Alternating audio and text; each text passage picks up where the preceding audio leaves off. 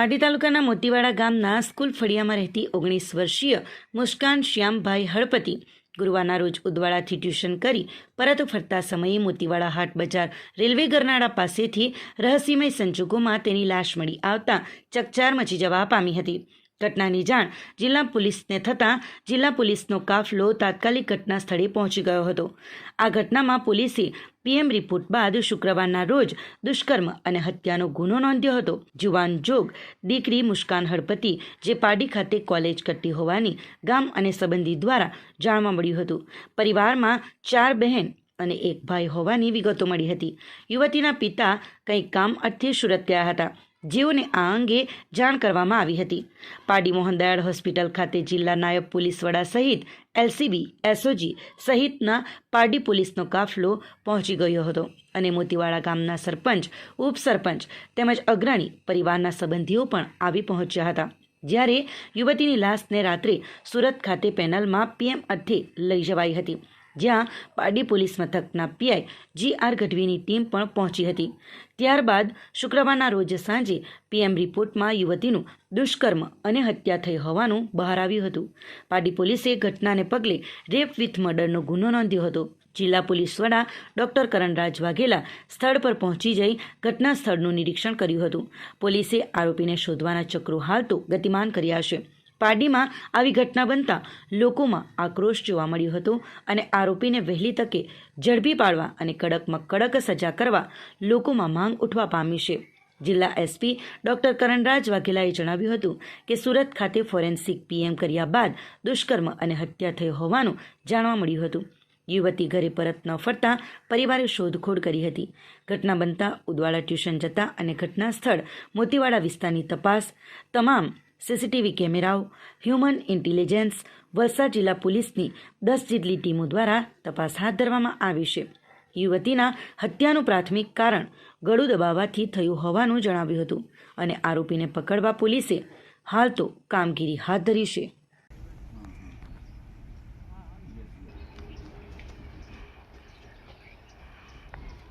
પાડી police station વિસ્તારના મોતીવાડા જે ગામ છે તેના નિશાળ ફળિયા વિસ્તારની એક 19 વર્ષની દીકરી છે, એને ગઈકાલે હોસ્પિટલમાં લાવવામાં આવી હતી મોહનદયાળ, અને હોસ્પિટલ દ્વારા પોલીસ સ્ટેશને સૌથી પહેલાં વર્દી આપવામાં આવી હતી।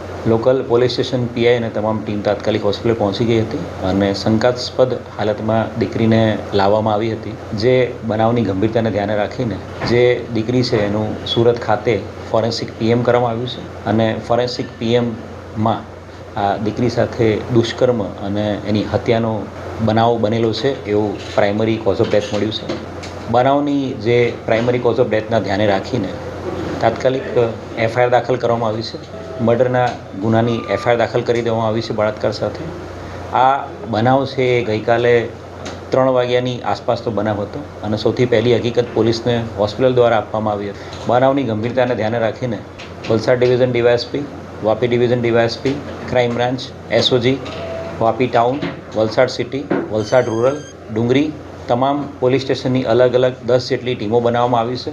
અલગ અલગ ટીમો દ્વારા સમગ્ર વિસ્તારમાં ઉદવાડાથી મોતીવાડાના તમામ જે વિસ્તાર છે એ તમામ વિસ્તારમાં ટેકનિકલ ઇન્ટેલિજન્સ, હ્યુમન ઇન્ટેલિજન્સ અને તમામ ફ્રન્ટ ઉપર વર્કઆઉટ કરવામાં આવી રહ્યું છે અને આરોપીને શોધી કાઢવાના પ્રયાસો હાથ ધરવામાં આવી રહ્યા છે।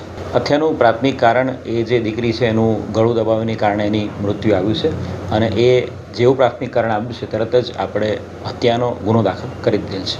રેલવે સ્ટેશનની આસપાસનો સમગ્ર વિસ્તાર, એ દીકરી જ્યાં ટ્યુશન ક્લાસીસમાં જતી એ વિસ્તાર, સમગ્ર વિસ્તારના સીસીટીવીથી માંડીને ટેકનિકલ તમામ પાસાઓ ઉપર તપાસ કરવામાં આવી રહી છે અને તમામ પાસાઓ ઉપર તપાસ કરીને આરોપીને જલ્દીમાં જલ્દી આઈડેન્ટિફાય કરીને એને શોધી કાઢવા માટે તમામ સ્તરે પોલીસ તપાસ કરી રહી છે।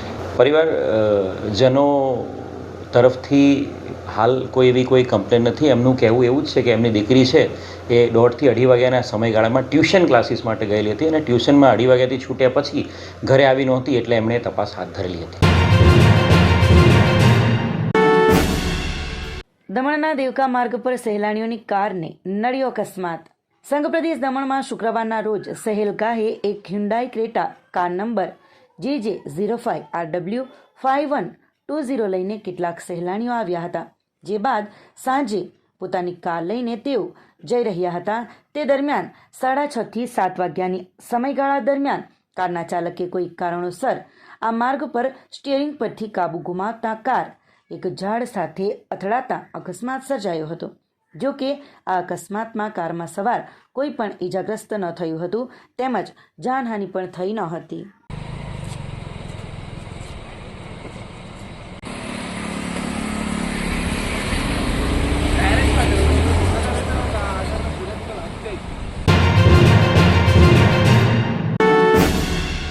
સેલવાસ ઝંડા ચોક વિસ્તારમાં એક તરફ રાષ્ટ્રપતિના કાર્યક્રમને લઈ ચુસ્ત પોલીસ બંદોબસ્ત હોવા છતાં પણ એક બાળક ભારત ફોટો સ્ટુડિયોની બાજુમાં મૂકેલ સાયકલની ચોરી કરી ફરાર થઈ ગયો હતો.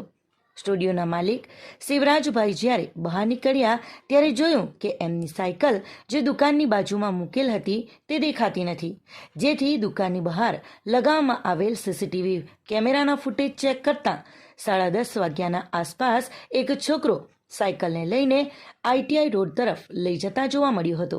આ આખી ઘટના સીસીટીવી કેમેરામાં કેદ થઈ હતી.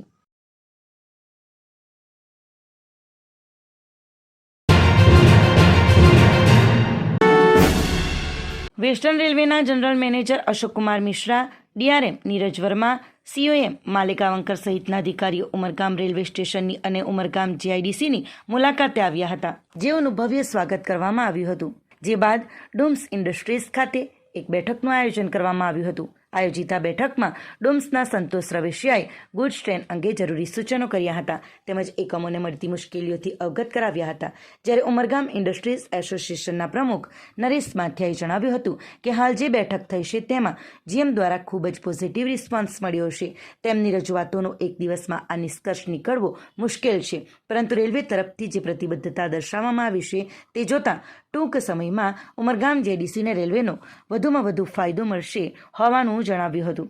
સાથે જ ગુડ્સ ટ્રેનના સ્ટોપેજ માટેની જે વિચારણા છે તેમાં નવકાર, ઉદવાડા અને સંજાણથી ગુડ્સની હેરફેર થાય તે અંગેનો વિચાર રેલવે તરફથી મૂક્યો છે, પરંતુ જો રેલવેને ઉમરગામમાં જમીન મળી જાય તો ઉમરગામથી જ તે આ સેવા શરૂ કરશે તે માટેની પ્રતિબદ્ધતા દર્શાવવામાં આવી છે.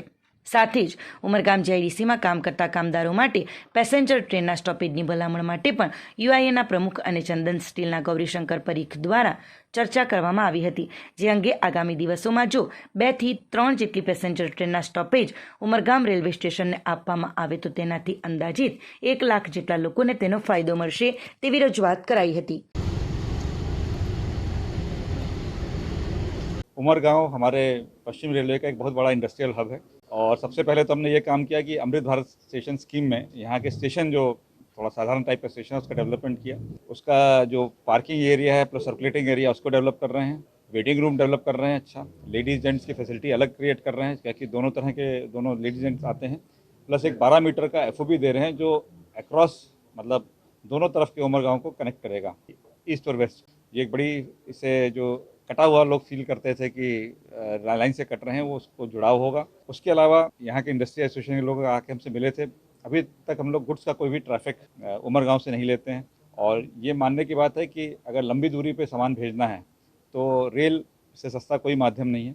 उसी विषय में आज हम लोगों ने मुलाकात की है. इंडस्ट्री एसोसिएशन के प्रेसिडेंट साहब थे, कुछ इंडस्ट्री से मुलाकात हो रही है और हम लोग फिजिबिलिटी वर्कआउट कर रहे हैं. हमारे एरिया मैनेजर है, एक बिजनेस डेवलपमेंट यूनिट है, इसके आगे ये इस पर काम करेंगे कि कैसे हम लोग एक पैकेज ऑफर कर सकते हैं यहाँ के इंडस्ट्रीज़ को ताकि वो अपना माल रेलवे के थ्रू भेजें और उसमें उनको भी बचत हो, रेलवे का फ़ायदा हो और देश का भी पूरा फ़ायदा होगा. अभी बताना मुश्किल है, वो हम लोग स्टडी कर लें किस तरह का ट्रैफिक है, कहाँ से लोगों को किस गाड़ी का स्टॉपेज चाहिए, उसके बाद उस पर कार्रवाई की जाएगी. अगर यहाँ ज़मीन मिल जाए, डेवलपमेंट यहाँ हो तो हम लोग यहाँ इवन उमरगांव से सामान उठा सकते हैं, पर हमारे पास रेलवे के पास ज़मीन नहीं है. तो अगर यहाँ कुछ ज़मीन हो जाए तो यहीं से सामान उठा सकते हैं, नहीं तो फिर उदवाड़ा या संजान. सबसे पहले तो हमने GM साहब और DM साहब का बहुत बहुत हार्दिक स्वागत किया है और हमारे उमरगाम में वो आए, हमारी चीज़ों को समझा और बहुत पॉजिटिव आउटकम लगता है. ऐसा हमें उम्मीद है कि ऐसा होगा.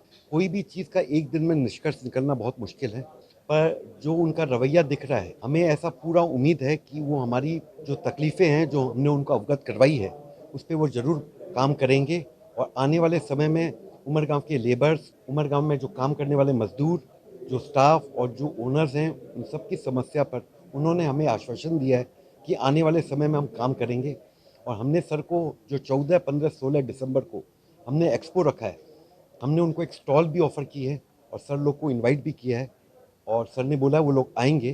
फ्रेट कॉरिडोर आने वाले समय में इंडस्ट्री के हित के लिए बहुत बहुत महत्वपूर्ण है, तो हमें उनके साथ जुड़ना है, हमें रेलवे की रेवेन्यू बढ़ानी है और उसके साथ ही हमें उमरगांव का विकास करना है। इतना तो कम से कम इकट्ठा होगा जितना वापी कर रहा है, उतना हम कम से कम कर सकते हैं, कि उमरगांव में बहुत बहुत इंडस्ट्रीज़ है और उनका सबका माल इंडिया में हर कोने में जा रहा है और इम्पोर्ट का माल हर जगह से आ रहा है, एक्सपोर्ट भी बहुत हो रहा है। तो हमें लगता है बहुत अच्छी रेवेन्यू हम जनरेट करके उमरगांव से दे सकते हैं। अंदाज से मुझे बोलूँ तो लाख 1.5 लाख 1 लाख के ऊपर आदमी डेली आ रहे हैं और जा रहे हैं। तो अगर पैसेंजर ट्रेन का अच्छा वो हो जाए, क्योंकि रोड की फैसिलिटी उमरगांव में पूरी तरह से है नहीं, तो अगर वो फैसिलिटी मिले तो हमारे जो भी मजदूर भाई हैं उनके लिए बहुत बहुत अच्छा होगा और उनको लाभ होगा और उमरगांव में इंडस्ट्री में और लेबर्स की हमें संख्या मिले बढ़ेगी।